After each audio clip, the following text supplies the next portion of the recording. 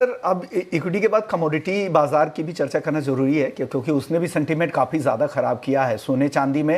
हालांकि आज international market में कॉमेक्स सिल्वर में थोड़ी तेजी, थोड़ी रिकवरी की कोशिश जरूर है, लेकिन गोल्ड अभी भी दबाव में है।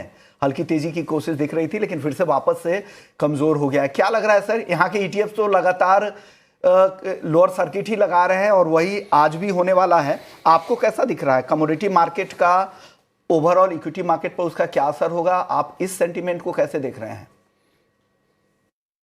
देखिए, दो चीज़ें हैं। मैं नंबर देख रहा था पिछले एक हफ्ते में अपना कमोडिटीज़ में अगर हम देखें तो मार्जिन ट्रेड्स बढ़े हैं, बहुत तेज़ी से बढ़े, क्योंकि हमने सिल्वर के रेट भी बढ़ते हुए देखे और गोल्ड के रेट भी बढ़ते हुए देखे। उसके चलते गोल्ड ईटीएफ्स और गोल्ड सिल्वर ईटीएफ्स में काफ़ी डिमांड आया है। अगर हम मार्जिन ट्रेंड का डेटा देखें तो 23 जनवरी से लेके 30 जनवरी तक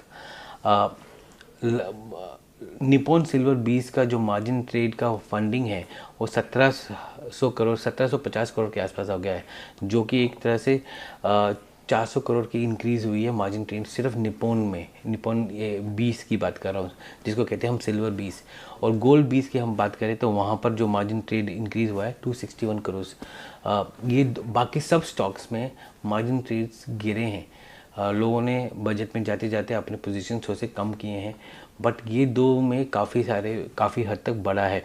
वो एक तरह से लगभग ये सोचिए कि 700 करोड़ का ये additional funding, additional margin trade आया है।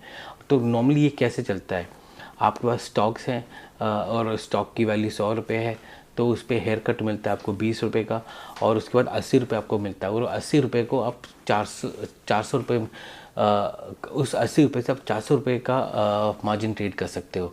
तो जो अगर मैं कह रहा हूँ 1700 करोड़ का है, तो ये सोचिए कि इसका कोलैटरल जो पीछे है वो स्टॉक्स होंगे। और अगर सडनली सिल्वर में 30% या 40% भाव गिरता है और बेच नहीं पाते लोग उसको, जैसे सिल्वर ईटीएफ बेच नहीं पाए थे कल, तो वहाँ पर मार्जिन ट्रेड ट्रिगर हो जाता है और जो कोलैटरल्स है उसको बेचा जाता है ताकि पैसा रिकवर कर सके।